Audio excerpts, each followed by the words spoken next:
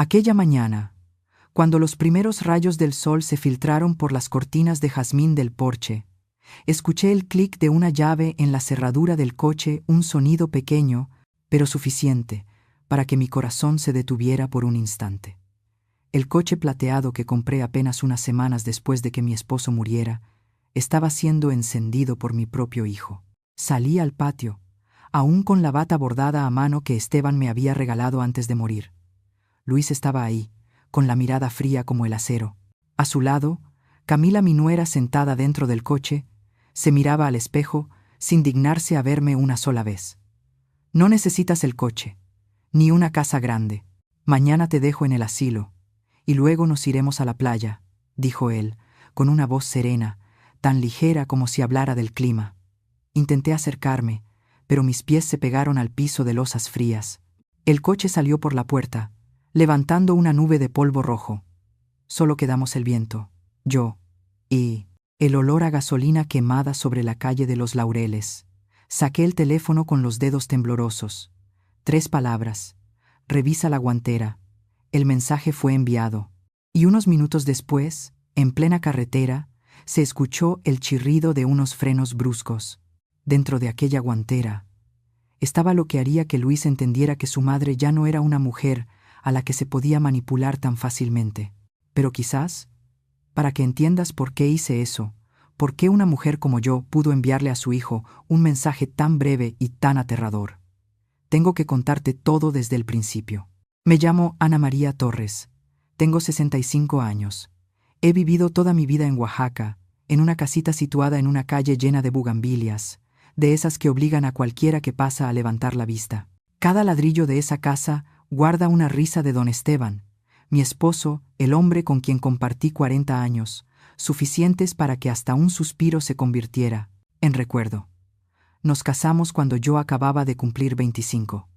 Esteban era ingeniero ferroviario y yo enseñaba literatura en la preparatoria. El día que me pidió matrimonio, no me dio un anillo, sino un rosario de plata. Me dijo: «No te prometo riqueza, pero te prometo que siempre podrás rezar con la cabeza en alto, no agachada por el sufrimiento». Desde entonces, hasta el día en que murió, llevé ese rosario cada mañana mientras preparaba el desayuno para los dos. Hace 3 meses, una noche de abril, se fue en silencio, sin alcanzar a decir una palabra. Solo recuerdo el olor del alcohol antiséptico, el sonido entrecortado del monitor cardíaco y sus ojos cerrándose bajo la luz blanca del hospital. La enfermera me entregó la manta que él había usado y me dijo suavemente: «Se fue en paz, señora». Llevé esa manta a casa, la doblé y la puse sobre la cama. La casa se quedó en un silencio que parecía contener la respiración. Solo el reloj de pared marcaba el tiempo con un tic-tac dolorosamente constante. Los vecinos venían a verme y decían las frases de siempre: «Él está en un lugar mejor». Pero yo sabía que ese lugar mejor seguía vacío por la mitad, la otra mitad era yo. Los días después del funeral los viví como una sombra. Cada mañana hacía café y seguía sirviendo 2 tazas. Cada vez que iba al mercado, compraba 2 conchas. Las costumbres no cambiaban, aunque solo una persona quedara para comer. Una mañana, cuando el sol se coló por las rejas de la ventana, vi la foto de nuestra boda, ya amarillenta, sobre el altar. En el marco, Esteban sonreía. Sus ojos tenían una luz que nunca vi en nadie más, la de un hombre que cree que el amor puede sobrevivir a todas las estaciones. Y justo entonces, juraría haber escuchado su voz, cálida y grave como siempre, susurrándome al oído: «Mientras respires, vive, Ana. No te encierres con los recuerdos». Me quedé quieta. Las lágrimas cayeron sobre la taza de café ya fría. Nadie enseña cómo vivir cuando la persona que amas desaparece. Nadie te dice qué forma tiene la soledad. Pero entendí que si me disolvía entre las fotos, tarde o temprano desaparecería junto con él. Comencé a limpiar la casa. Cada rincón desempolvado era una forma de decir adiós. Guardé su ropa en cajas pequeñas, las até con listones y las subí al ático, no para olvidar, sino para conservar. Conservar en paz, no en dolor. Cuando terminé, abrí la ventana y miré hacia la calle. Al pie del cerro, los niños andaban en bicicleta alrededor de la plaza. Las campanas de la iglesia de Santo Domingo sonaban en la tarde, extendiéndose sobre los techos rojos. Y pensé, ¿cuánto tiempo ha pasado desde la última vez que salí de la ciudad? ¿Desde la última vez que conduje yo misma fuera de aquí?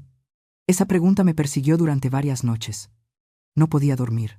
A veces creía escuchar la risa de Esteban. ¿Recuerdas, amor? Prometimos manejar por la costa y ver el amanecer en Puerto Escondido. Sonreí con tristeza y ternura. A la mañana siguiente me paré frente al espejo. En el reflejo había una mujer de cabello entrecano, piel tostada por el sol, pero con la mirada aún viva. Entonces supe lo que debía hacer, no para huir de la tristeza, sino para vivir el resto de mi vida como Esteban hubiera querido. Aún recuerdo muy bien aquella mañana, el cielo de Oaxaca tan limpio que parecía un espejo. Nubes delgadas flotaban sobre la Sierra Madre, y en las calles el aroma del pan dulce recién horneado de la tiendita de Doña Lupita llenaba el aire con dulzura. Caminé hasta la agencia Nissan. Los viejos zapatos de cuero de Esteban todavía olían a cera, la que les había pasado la noche anterior. No por nostalgia, sino para llevar conmigo una parte de él en este nuevo camino. El vendedor, un muchacho de unos 25 años, educado y con una mirada clara, como de quien aún no conoce la pérdida, me saludó. «¿Qué tipo de coche busca, señora?», respondí con voz suave pero firme. «Un sedán plateado, compacto, seguro, y que no necesite a nadie más en el asiento de al lado». Él sonrió, asintió, y me condujo a una esquina del showroom, donde la luz del sol se reflejaba sobre el piso brillante como un espejo.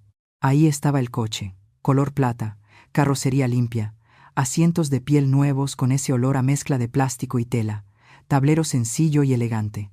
Me senté al volante. El tacto frío del metal se extendió por mis manos, y en ese instante sentí mi corazón latir con fuerza, un pulso que creía haber enterrado con Esteban. El joven abrió la puerta y se inclinó un poco. «¿Qué le parece? ¿Le gusta?», asentí despacio, con la vista fija en el retrovisor. En él vi mi propio reflejo. El cabello canoso iluminado por el sol, los ojos hinchados por noches sin dormir, y al fondo una chispa, nueva. «¿Cuánto cuesta?», pregunté. «170,000 pesos, señora. Puede pagarlo con su seguro y sus ahorros, tal como mencionó ayer». Asentí. «Lo pago ahora mismo». Al firmar la factura en la notaría pública, levanté la vista hacia el notario, un hombre mayor que seguramente había visto a muchas viudas como yo. Me miró por encima de sus lentes delgados y leyó en voz baja: «Ana María Torres, dueña única». Sonreí. «Por favor, agregue una línea más. Nadie más, solo yo». El hombre levantó la cabeza, me miró un instante y asintió. El golpe seco del sello oficial sobre el papel sonó como una confirmación del destino. Desde ese momento, esta vida y ese coche eran míos. Cuando salí de la agencia, el sol ya estaba alto. Abrí la puerta del coche. Me senté. El olor del cuero nuevo se mezclaba con el polvo tibio de la ciudad. Encendí el motor. El sonido era tan suave que parecía un susurro. Ajusté el retrovisor y colgué en él una pequeña foto de Esteban que siempre llevaba en mi cartera. Él sonreía, con una taza de café en la mano, la luz del sol resaltando su cabello plateado como una aureola. Susurré: «Mira, amor, al fin lo logré». Conduje despacio al salir de la agencia. La calzada de la República se abría frente a mí, bordeada por jazmines morados que caían sobre los muros blancos. El viento cálido entraba por la ventana, jugando con mi cabello y trayendo el aroma de la tierra después de la lluvia nocturna. En la radio sonaba Amor Eterno, y sentí que las lágrimas me corrían no por tristeza, sino porque por primera vez en muchos meses estaba viva. Recordé las palabras de Esteban, las que siempre decía cuando viajábamos lejos: «La belleza del camino no está en el destino, Ana, sino en cada kilómetro que tienes el valor de recorrer». Sonreí entre lágrimas. Quizá él seguía aquí, sentado a mi lado, observando en silencio, como lo hizo durante 40 años. Al llegar a casa, estacioné el coche frente al portón. La luz del atardecer se deslizaba sobre la pintura plateada, cubriéndolo con un polvo dorado del sol. Me quedé un largo rato sentada, las manos sobre el volante, escuchando el ritmo de mi corazón mezclado con el canto de los gorriones del porche. No sé si alguien ha sentido esto alguna vez, perderlo todo y al mismo tiempo renacer dentro de ese mismo dolor. Vi a Esteban en cada soplo de viento que entraba por la ventana. Vi mi reflejo en el cristal, como una mujer que acaba de despertar de un sueño demasiado largo. Cuando entré a la casa, dejé las llaves sobre la mesa de madera, junto al retrato de boda. La luz de la tarde se filtraba por las cortinas y caía justo sobre el marco plateado de la foto, del mismo color que mi coche nuevo. Entendí entonces que no era casualidad que hubiera elegido ese color. El plateado es el color de la luz que atraviesa la oscuridad. Esa noche me senté en el porche, escuchando a los niños andar en bicicleta por la calle, el sonido lejano de las campanas de la iglesia de Guadalupe y el aroma del atole que salía de la tiendita de la esquina. Cerré los ojos, respiré profundo y sentí dentro de mí una sensación extraña. Libertad. Ya no estaba el latido del corazón de Esteban, ni su mano sobre mi hombro cuando temblaba, pero en su lugar había otra fuerza, la de una mujer que aprende a levantarse con sus propias manos. Sabía que aún no había superado el dolor, pero al menos ya me había subido al coche. Y bajo el atardecer rojo de Oaxaca me dije en voz baja: la libertad no es dejar a alguien, sino aprender a seguir viviendo, incluso cuando esa persona ya no está a tu lado. Aquella mañana comenzó con el aroma del café negro recién tostado llenando mi pequeña cocina. Aún conservaba la costumbre de preparar 2 tazas, una para mí y otra para Esteban, como si él solo estuviera durmiendo unos minutos más. La radio vieja sonaba con un bolero de Rocío Dúrcal, pero a mitad de la segunda estrofa escuché otro sonido, el motor de un coche deteniéndose frente al portón de hierro. Levanté la vista. A través de la ventana, entre la neblina que aún cubría las bugambilias del porche, vi la SUV negra de Luis. Rara vez venía a esa hora. Sentí un pinchazo en el pecho, pero me tranquilicé. Tal vez vino a visitarme o quiere ir conmigo a misa. Me limpié las manos, me quité el delantal, pero cuando la puerta se abrió, no fue una sonrisa ni un «buenos días, mamá» lo que encontré, sino el rostro helado de mi hijo. Detrás de él estaba Camila, su esposa, la mujer que jamás me había sostenido la mirada más de 3 segundos. Como siempre, blusa de seda clara, el cabello perfectamente peinado y un perfume caro que cubría hasta el aroma del café. Luis no dijo una palabra. Entró directamente a la casa, sus ojos recorriendo todo el mueble de plata, la mesa del comedor, el retrato de Esteban en la pared, como si estuviera haciendo inventario. Me quedé de pie junto a la puerta, intentando mantener la voz serena. ¿Vienes temprano? Acabo de preparar café. Siéntate, tomemos. No hace falta, me interrumpió Luis. Solo vine por el coche. La frase cayó sobre el piso de losetas como un cuchillo. Me quedé inmóvil, pensando que había oído mal. ¿Qué coche? El sedán plateado. Ya no deberías conducir. A tu edad, los reflejos son lentos. Es peligroso. Su tono era plano, indiferente, como si hablara del clima. Camila cruzó los brazos, apoyándose en el marco de la puerta, con los labios apretados de soberbia. ¿Peligroso?, repetí en voz baja, sintiendo cómo mi corazón se resquebrajaba. Hijo, conduzco bien. Ayer mismo Luis no me dejó terminar. Golpeó con fuerza la taza de café que acababa de poner sobre la mesa. ¿No entiendes? Dije que ya no. Necesitas el coche. Nos vamos de viaje con la familia de Camila. Nuestro coche se descompuso, y el tuyo está desperdiciado. Mejor que lo usemos nosotros. Retrocedí un paso. La garganta me ardía. Luis, ese dinero lo ahorramos tu padre y yo. No tienes derecho. No empieces otra vez con lo de tu padre y yo. Rió con amargura. Papá ya no está. Y tú deberías descansar.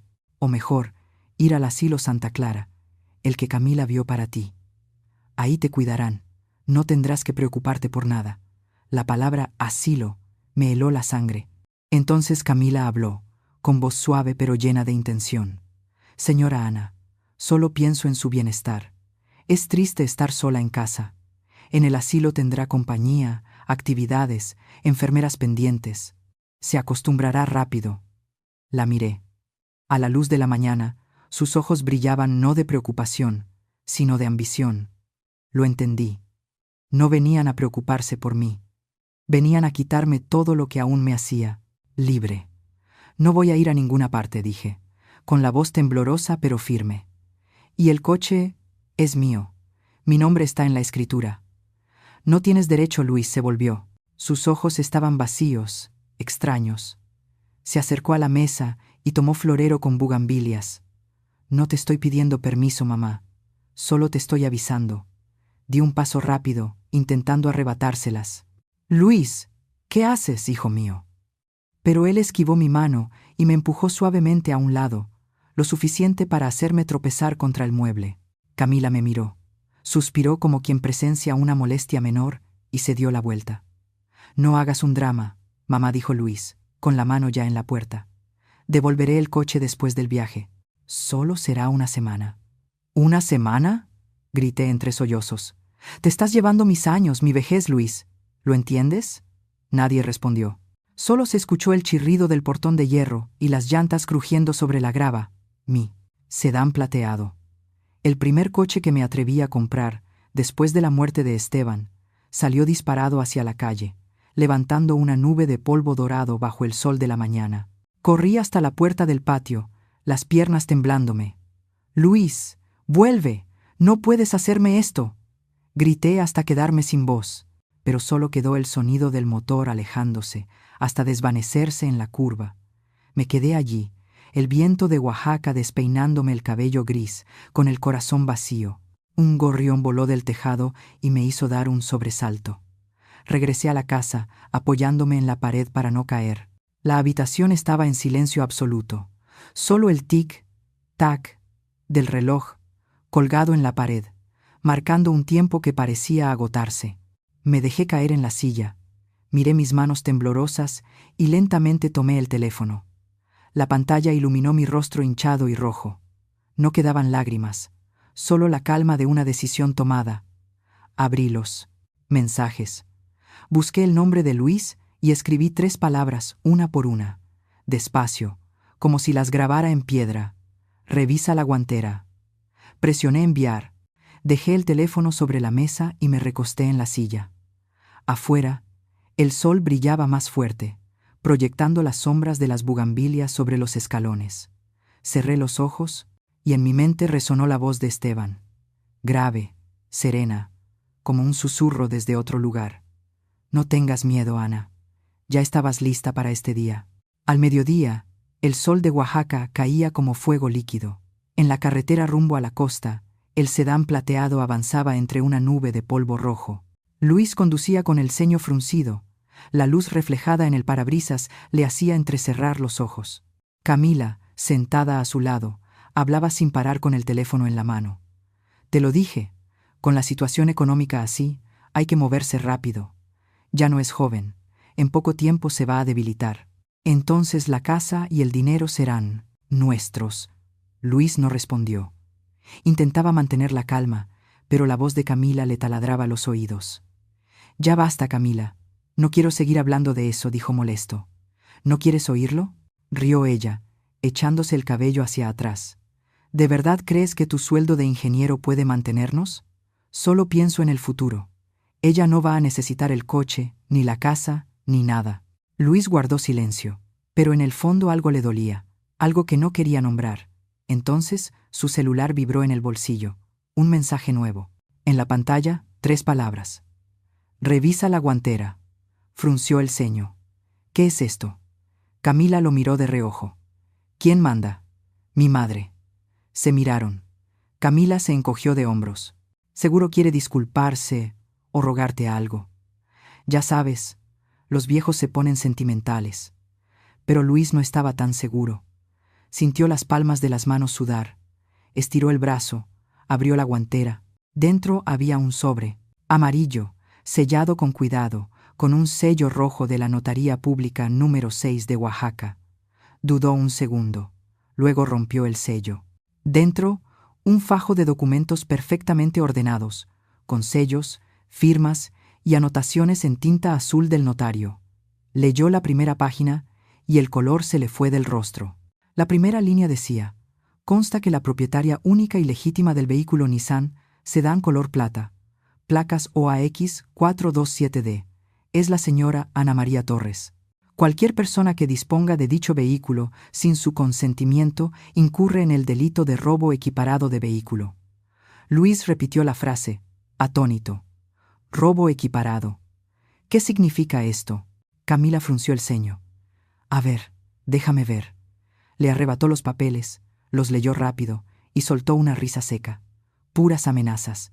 No se atrevería a hacer nada. Pero debajo de esa hoja estaban las copias certificadas de la factura, la tarjeta de circulación, la credencial del INE. Todos los documentos llevaban un solo nombre: Ana María Torres. Sin el suyo, sin ninguna firma más que la de su madre. Luego vino la segunda carta, mecanografiada con cuidado y acompañada del sello notarial oficial. Luis la abrió con las manos temblorosas. La voz del notario resonó en su cabeza, fría en cada palabra. Yo, Ana María Torres, declaro bajo juramento que toda persona que sustraiga o utilice mis bienes sin autorización incurrirá en responsabilidades penales. Este documento tiene carácter legal y se encuentra respaldado por el notario público número 6 del estado de Oaxaca. Luis sintió el sudor recorrerle la nuca. Todo su cuerpo se heló, aunque afuera hacía un calor de 36 grados. Camila, lo dice claramente, esto es un delito penal. Si ella llama a la policía. No seas tonto. Nadie arresta a un hijo por llevarse el coche de su madre, gritó Camila. Él no respondió. Siguió pasando la página el testamento. Las líneas en negritas lo dejaron sin aire. Por motivos personales y de prevención, dejo constancia de que mi hijo, Luis Torres García, queda excluido de toda herencia. Todos mis bienes serán donados al fondo, Abuelas de la Luz, destinado a mujeres mayores víctimas de abuso y despojo. La vista se le nubló. ¿Ella te dejó fuera del testamento?, balbuceó Camila. Él asintió, con los labios pálidos. Pasó otra hoja el certificado médico del IMSS que acreditaba que Ana María Torres estaba completamente lúcida, con plena capacidad para conducir y decidir sobre su patrimonio. Abajo, la firma del médico y el sello oficial. Luis se dejó caer en el asiento, con los ojos abiertos, sin parpadear. Sintió como si alguien le hubiera dado un golpe directo en el pecho. Todo lo que creía tener bajo control, la casa, el auto, el futuro se desmoronaba en unas cuantas hojas de papel. Camila bufó con enojo. ¡Qué ridículo! ¿Una vieja escribiendo estas tonterías? No le creas. Solo sigue manejando y no regreses. Pero Luis ya no la escuchaba. En su cabeza solo resonaba la voz de su madre, suave pero firme. No todos los que callan son débiles, hijo. Algunos solo se preparan para no tener que suplicar nunca más. Sintió un nudo en la garganta. Las imágenes lo golpearon una tras otra. Las cenas de su infancia, su madre cortando su trozo de carne, las mañanas en que ella se levantaba temprano para empacarle el almuerzo, las noches lluviosas en que lo esperaba despierta cuando llegaba tarde. Y ahora, él le estaba robando a la mujer que le dio la vida. El claxon de un coche detrás lo sacó de sus pensamientos. Pisó el freno y se oyó un chirrido de frenos. El auto se desvió un poco y Camila gritó: ¿Qué te pasa? Luis respiró agitado, aún sujetando los papeles con fuerza. Tenemos que regresar. Ahora mismo. ¿Estás loco?, vociferó Camila. Ella ganó. Si vuelves, va a llamar a la policía y tú. Camila, por favor, basta. Su voz temblaba, pero sonaba firme. Cometí un delito. No puedo dejar las cosas así. Encendió la direccional, giró el volante y dio la vuelta en plena autopista, mientras los coches detrás tocaban el claxon con furia. El viento despeinó a Camila. Ella gritaba insultos, pero Luis ya no escuchaba nada. Cada kilómetro que lo acercaba de nuevo a la ciudad hacía que su corazón latiera más fuerte. Sus manos apretaban el volante hasta ponerse blancas. El legajo seguía abierto en el asiento del copiloto, y en la esquina superior de la primera hoja, una frase escrita a mano por su madre brillaba como un filo. Para mi hijo Luis, la libertad no se roba, se merece. Y en ese instante, comprendió que la mujer a la que siempre creyó la más frágil del mundo, era, en realidad, la que mejor se había preparado para enfrentar la traición de su propia sangre.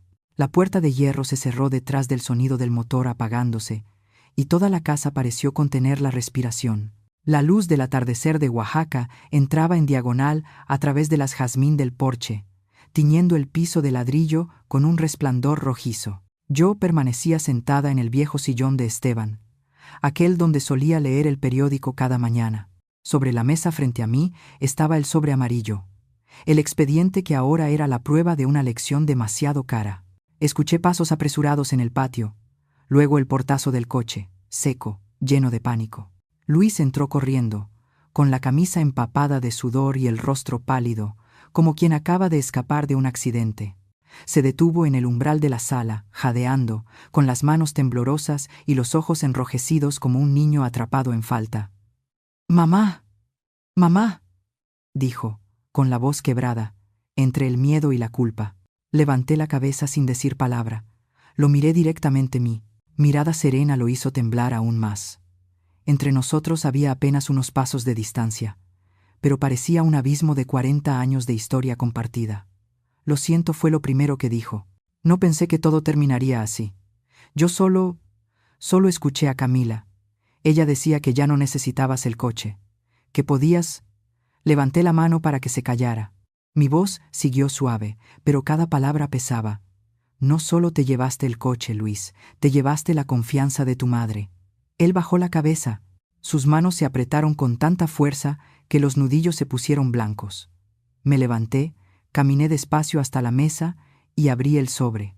Los documentos seguían con el sello rojo de la Notaría Pública número 6, brillando bajo la luz como una advertencia severa.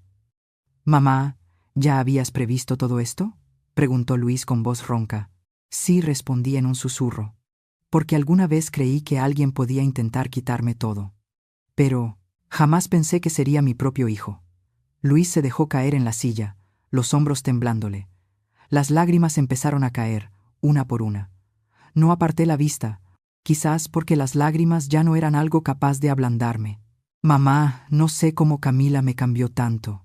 Pensé que hacía lo correcto, que protegía a mi familia, pero olvidé a la persona que me dio la vida». «No, Luis», le dije mirándolo a los ojos. «No lo olvidaste. Lo elegiste olvidar». El aire se volvió espeso. Solo el tic-tac del reloj llenaba el silencio. Abrí el cajón de plata y saqué otro papel, doblado con cuidado, firmado por el notario. Lo coloqué frente a él. «Este es un convenio notarial. Le pedí al licenciado Herrera que lo preparara la semana pasada. Aquí dice claramente: te comprometes a no repetir lo ocurrido, a no intervenir en mis bienes, ni ejercer presión, amenazas o decisiones por mí. También tendrás que asistir a terapia psicológica. 3 meses. Obligatorios. Si incumples, todos los documentos que preparé serán enviados a la Fiscalía de Oaxaca. ¿Lo entiendes?». Luis se quedó en silencio. Deslicé el papel y la pluma hacia él. «Firma, hijo». Tomó la pluma, la mano aún temblando. Una lágrima cayó sobre la hoja, justo en el espacio donde se anotaba la fecha. Lo vi, pero no dije nada. Esa lágrima no borró la tinta, solo hizo que su firma se viera borrosa, como la imagen del hijo que alguna vez fue mi orgullo y ahora me resultaba un desconocido. «Haré todo lo que me pidas», dijo con voz entrecortada. «Iré a terapia, lo juro. No dejaré que Camila se meta más». Crucé los brazos y lo observé mientras firmaba. El sonido de la pluma raspando el papel fue seco, final, como si cerrara una era entre madre e hijo. Cuando dejó la pluma, tomé la hoja, la revisé por encima y la guardé con cuidado dentro del sobre. «Bien», dije despacio. «Desde ahora no quiero escuchar excusas. Solo quiero ver acciones. Las promesas no valen nada, Luis. Los adultos no dicen «lo siento». Los adultos corrigen sus errores». Él asintió, con los ojos hinchados y los labios apretados. Lo miré. Y por primera vez en muchos años, no vi al niño de 10 años ni al hombre adulto. Vi un alma perdida, que no sabía en qué momento había extraviado su brújula moral. Serví agua y empujé el vaso hacia él. «Bebe. Necesitas claridad para empezar de nuevo». Tomó el vaso. El vapor tibio le calentó los dedos. «¿Aún me perdonas?», preguntó vacilante. Negué lentamente con la cabeza. «Perdonar, sí. Pero la confianza no regresa tan rápido. Tendrás que recuperarla paso a paso, Luis, como quien sube el cerro de Monte Albán, despacio pero sin detenerse. Él bajó la cabeza, los hombros sacudiéndose. No lo toqué. El silencio entre nosotros ya no era un muro. Era el espacio necesario para que ambos pudiéramos vernos de verdad. Afuera, las campanas de la iglesia de Santo Domingo resonaban con el viento de la tarde, largas y profundas, pero cálidas. Yo sabía que, en algún lugar, Esteban debía estar mirándome, viendo que ya no era la esposa sumisa de antes, sino una mujer que aprendió a defender su propia dignidad. Guardé los documentos, los metí en la caja fuerte del armario, la cerré con llave y salí al porche. Luis seguía sentado, observando cada uno de mis movimientos. Cuando crucé la puerta, el viento entró y levantó una hoja suelta sobre la mesa.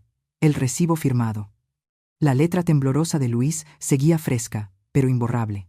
Y entre la luz roja del atardecer, escuché mi propio corazón latir despacio sin ira, sin miedo, solo con una verdad clara. Hay lecciones que solo una madre aprende cuando es traicionada por su propio hijo. Aquella tarde, el cielo de Oaxaca se tiñó de un naranja melancólico. Después de que Luis se fue, mi casa volvió a su silencio habitual. Pero esta vez no era el silencio de la soledad, sino el del cansancio tras una larga batalla. Miré a mi alrededor. Todo seguía en su sitio.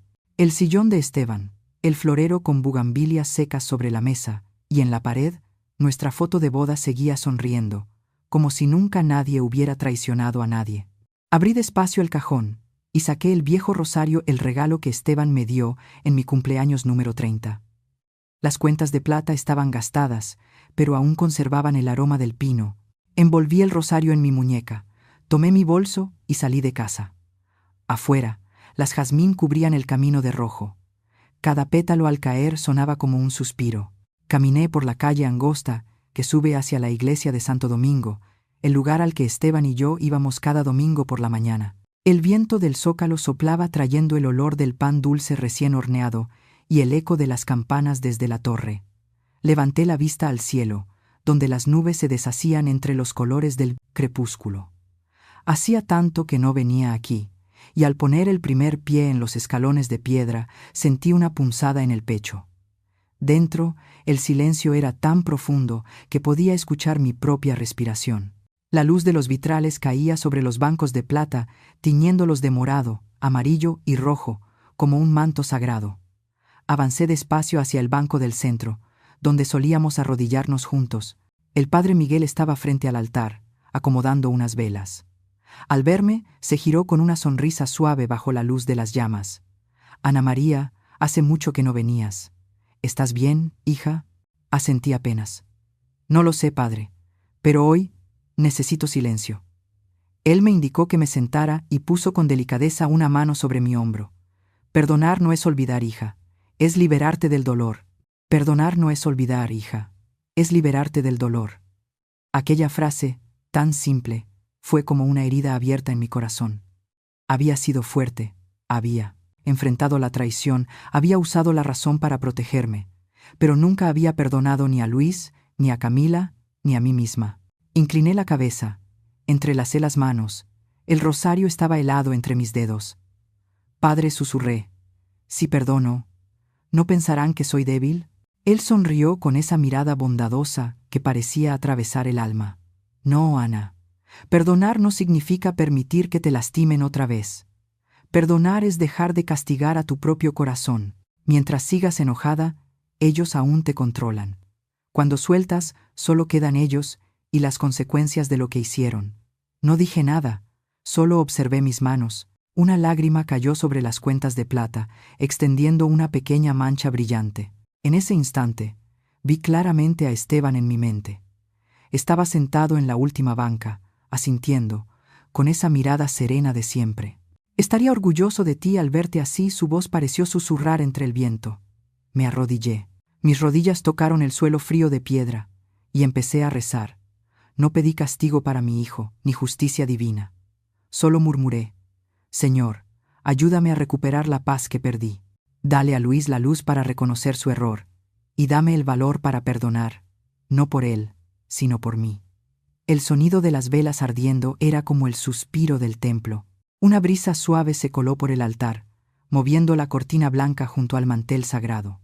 Sentí mi corazón calmarse poco a poco, como si la tormenta dentro de mí finalmente hubiera pasado. Afuera, las bugambilias seguían cayendo, pétalo por pétalo, rojas como sangre pero hermosas como fuego. Me levanté, aún sosteniendo el rosario. El padre Miguel se acercó y me entregó un pequeño pañuelo con una cruz bordada. Guárdalo, hija. Cada vez que sientas que quieres rendirte, recuerda esto. La fe no solo vive en la iglesia, sino también en el corazón que aún sabe sentir. Le di las gracias y salí. La luz del atardecer me recibió en la entrada. El viento bajaba desde los cerros trayendo el olor de jazmín y los cantos lejanos de los feligreses que ensayaban para la misa de la noche. Me detuve en el atrio y miré hacia la imagen de la Virgen en lo alto. Su mirada serena parecía observarlo todo, mientras las jazmín caían a sus pies como una alfombra roja sagrada. Cerré los ojos, respiré hondo y sentí que soltaba una piedra que había llevado en el pecho durante demasiado tiempo. No todo el dolor puede borrarse, pero sabía que estaba aprendiendo a vivir con él sin dejar que me devorara. En mi mano, el rosario de Esteban se movía con el viento, y susurré, no desde la desesperación, sino con una paz que hacía mucho no sentía. Gracias, Esteban, por enseñarme que, incluso cuando la fe se rompe, uno puede recoger los pedazos y convertirlos en una oración. Unas semanas después de aquella tarde en la iglesia de Santo Domingo, estaba regando las magnolias del patio cuando escuché el frenazo de un coche frente al portón. El olor a caucho quemado llenó el aire, mezclado con el polvo rojo del camino. Levanté la vista y con solo una mirada supe lo que se venía. Camila bajó del auto, el cabello negro recogido en una cola alta, el vestido rojo ceñido brillando bajo el sol. Su rostro tenso ya no tenía la dulzura fingida de siempre. Los tacones golpeaban el suelo con fuerza, cada paso parecía aplastar su propia rabia. «Es usted una mujer cruel», gritó con voz aguda. «Todo esto solo por un coche sin importancia». Hizo que Luis pasara vergüenza frente a toda mi familia. Dejé la regadera en el suelo y me limpié las manos con un pañuelo. El coche no avergonzó a nadie, Camila. Fueron sus actos los que lo hicieron.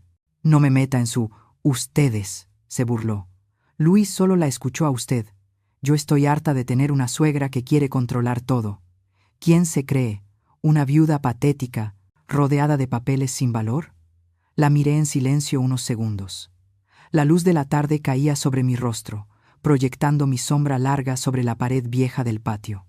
No sentía enojo, ni miedo, solo un vacío sereno. «No», Camila, dije con voz baja pero firme. «No soy cruel. Solo defiendo algo que ustedes nunca entendieron. El respeto». Ella arqueó una ceja, burlona. «¿Respeto? ¿Cree que alguien en esta ciudad se preocupa por el respeto de una anciana sola?» Luis pudo tener un futuro, abrir su propia empresa, si usted no lo hubiera frenado. Sonreí levemente y caminé despacio hacia las bugambilias que seguían soltando pétalos. «Si un hombre necesita traicionar a su madre para tener futuro», respondí, «entonces ese futuro no vale ni un peso». Camila entrecerró los ojos, dio medio paso atrás y soltó una risa seca. «¡Qué ternura! ¿Cree que la ley siempre la va a proteger?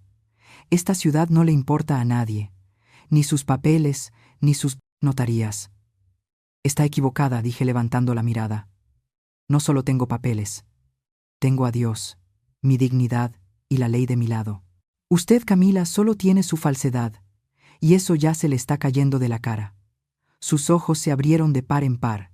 El rostro, antes perfectamente maquillado, se contrajo de ira. Pude ver cómo el polvo del maquillaje se resquebrajaba en su mejilla, como una máscara que empezaba a caerse. «¿Cree que ganó?», escupió. «No olvide que Luis es mi esposo. ¿Cuánto tiempo podrá controlarlo?».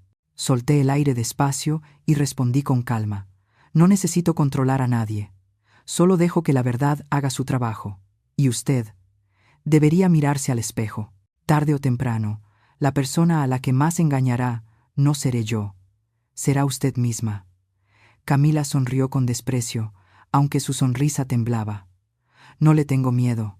Usted solo es un lastre del pasado que Luis carga por obligación.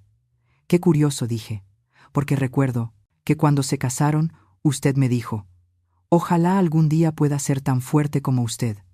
Parece que ya se le olvidó. Calló. En sus ojos apareció un destello fugaz no de furia, sino de miedo. Luego dio media vuelta, abrió la puerta del coche y aventó su bolso al asiento. El sonido seco del cierre fue como un portazo al orgullo. «Ya verá», gritó. «Nadie me va a quitar lo que es mío». «No te preocupes», Camila, dije en voz baja. «No quiero nada tuyo. Solo recupero lo que siempre fue mío». Ella pisó el acelerador con fuerza. Las llantas chirriaron contra el empedrado, el sonido rebotó por el callejón como una maldición. El humo de la gasolina cubrió el aire de la tarde, pero en unos segundos todo volvió al silencio. Me quedé allí, en medio del patio lleno de hojas y pétalos caídos. El aroma de las jazmín me picaba la nariz. Algunos pétalos se quedaron pegados a la falda, rojos como pequeñas manchas de sangre. Me agaché para recogerlos. La frescura de las flores al tocar mis dedos me encogió el corazón. No hubo más palabras, solo el viento colándose entre las tejas viejas y a lo lejos las campanas vespertinas de Santo Domingo resonando. Miré hacia la calle por donde Camila acababa de desaparecer, y dentro de mí nació una compasión extraña no por ella, sino por un alma que se estaba perdiendo en su propia ambición. Deslicé los dedos sobre el rosario de mi muñeca, acariciando cada cuenta, y levanté la vista al cielo. El atardecer ardía en tonos rojos, como si Dios mismo estuviera siendo testigo de todo lo ocurrido. En ese instante entendí que hay batallas que no necesitan gritos ni sangre. Hay quienes se derrotan solos, con el vacío que llevan dentro. Y cuando el viento trajo el olor a magnolias desde la casa vecina, cerré la puerta suavemente. No hacía falta cerrarla con llave, porque lo que necesitaba proteger ya lo guardaba en mi corazón. Los días después del enfrentamiento con Camila, mi casa volvió a quedar en silencio, pero era un silencio distinto, sin pasos de culpa, sin palabras que dolieran, solo el tic-tac del reloj, constante, como el pulso de una vida nueva que estaba aprendiendo a empezar de nuevo. Cada mañana abría la ventana, dejaba que el sol de Oaxaca entrara y se filtrara entre las macetas de bugambilias del porche. Preparaba una taza de café, la colocaba junto a la foto de Esteban y susurraba: «Hoy voy a intentar vivir un poco mejor, amor». Una semana después, regresé a la parroquia de Santa Lucía, donde alguna vez participé en el grupo de abuelas voluntarias mujeres mayores que enseñaban a cocinar a niños huérfanos y a mujeres refugiadas. Los niños corrieron hacia mí, abrazándome. El olor a harina, azúcar y alegría llenó la cocina. Me puse frente a la mesa, con las mangas arremangadas, enseñándoles a amasar el pan dulce, a moldear la masa para que subiera pareja, y a dibujar pequeños corazones sobre la superficie con un cuchillo fino. «Abuela Ana», me dijo Rosita, con una vocecita dulce como miel, «¿por qué su pan siempre huele más rico que el nuestro?» Sonreí. «Porque le pongo un poquito más de paciencia y otro poquito de amor». Todos rieron, y sus carcajadas llenaron el pequeño salón. Esa risa infantil disolvió parte del peso que aún cargaba en el pecho. Comprendí que quizás Dios me había enviado a esos niños para recordarme algo que había olvidado: la fe en las personas y en los comienzos nuevos. Al mediodía, junto con las hermanas, salimos a repartir los panes en la plaza del Zócalo. El sol caía dorado sobre los techos rojos. La guitarra de un músico callejero sonaba suave, y el aire olía a pan caliente y a leña. Me quedé mirando a mi alrededor. Los niños corriendo alrededor del monumento, la gente sonriendo, y por un momento sentí que mi corazón se estaba cosiendo, punto por punto. Por la tarde, al volver a casa, preparé una taza de té de jazmín y me senté en el viejo sillón de Esteban. La luz del día, ya débil, se reflejaba sobre la pared donde aún colgaba nuestra foto de boda. Abrí mi pequeño cuaderno, el que llamo Diario del Alma, y escribí la primera frase del día. Vivir no significa olvidar, sino aprender a seguir adelante sin dejar que el dolor te gobierne. Los días siguieron así, sencillos pero llenos de sanación. Empecé a entender que no necesitaba esperar a nadie para sentirme completa. Por las mañanas enseñaba cocina. Por las tardes platicaba en el mercado con las vendedoras de pescado. Por las noches releía las cartas de Esteban o escuchaba boleros viejos en la radio. Poco a poco, el dolor dentro de mí se aquietó, como el lago después de una tormenta. Una tarde de junio, cuando el sol ya se había escondido, mi teléfono vibró. En la pantalla apareció un mensaje. El nombre del remitente me apretó el corazón. Luis.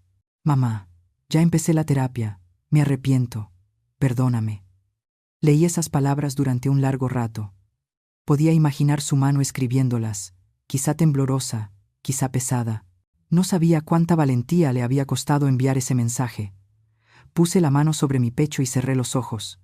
Dentro de mí, una parte seguía doliendo, pero otra, por fin, se sentía ligera. Recordé las palabras del padre Miguel aquella tarde en la iglesia. Perdonar no es olvidar, sino liberarte a ti misma. Abrí la conversación, con los dedos temblándome un poco, y escribí despacio, letra por letra. Te perdono, pero no olvides la lección de aquel día. Envié el mensaje, sin emojis, sin promesas, sin segundas intenciones, solo una frase corta, pero sabía que bastaba para que Luis entendiera. Y en ese momento comprendí. Perdonar no es para que el otro duerma tranquilo, sino para que una misma pueda descansar en paz. Dejé el teléfono sobre la mesa y miré hacia el porche. Las bugambilias volvían a caer, tiñendo de rojo los escalones. Una brisa suave pasó, trayendo consigo el olor de las velas, del pan dulce y un leve perfume a magnolias. A lo lejos, las campanas de Santo Domingo sonaban hondas y cálidas, como una oración que nunca termina. Cerré los ojos, escuchando su eco largo, y susurré en silencio. Gracias, Señor, por enseñarme que hay heridas que son pasajeras, pero la compasión es eterna. Entonces me levanté, sacudí el polvo de mi ropa y caminé hacia la cocina, donde el aroma de la harina, la leche y la alegría todavía me esperaban. El viejo reloj de Esteban marcó 3 campanadas, resonando suave por toda la casa, como un recordatorio de que cada día puede ser un nuevo comienzo, si tenemos el valor de soltar lo que ya pasó. Un año transcurrió despacio, como el cauce de un río en temporada seca. Oaxaca seguía igual. Las mañanas bañadas en sol dorado sobre los techos rojos, las tardes de bugambilias cayendo en el patio y las campanas de Santo Domingo flotando con el viento. Pero dentro de mí, todo había cambiado. Esta mañana encendí mi sedán plateado. El motor ronroneó con suavidad, como un saludo viejo pero familiar. En el tablero, el rosario de Esteban seguía colgado, balanceándose al ritmo del coche, como si él aún viajara a mi lado. Coloqué su pequeña foto en el mismo lugar y sonreí. Había pasado un año desde el derrumbe de todo, desde el día en que aprendí a caminar de nuevo, no por nadie más, sino por mí. La carretera costera se abría frente a mí, curvada como una cinta plateada que llevaba hacia Puerto Escondido. El aire olía a sal, y el sonido lejano del mar era como una vieja canción de cuna. Bajé la ventanilla. El viento del océano entró trayendo el sol y el olor húmedo de la madera. Me despeinó el cabello, se llevó los recuerdos viejos, y por primera vez no quise detenerlos. En la radio sonaba la voz, cálida de Rocío Dúrcal. Costumbres. No se cambian con los años. Sonreí, golpeando suavemente el volante.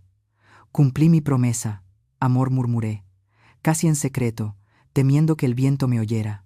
Sigo viva, y sigo conduciendo nuestro coche. Me detuve al borde del camino, frente al mar.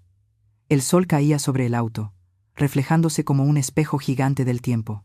Las olas rompían una y otra vez, el viento salado me rozaba la piel, y aún así sentí calma. El teléfono sonó. Un mensaje nuevo.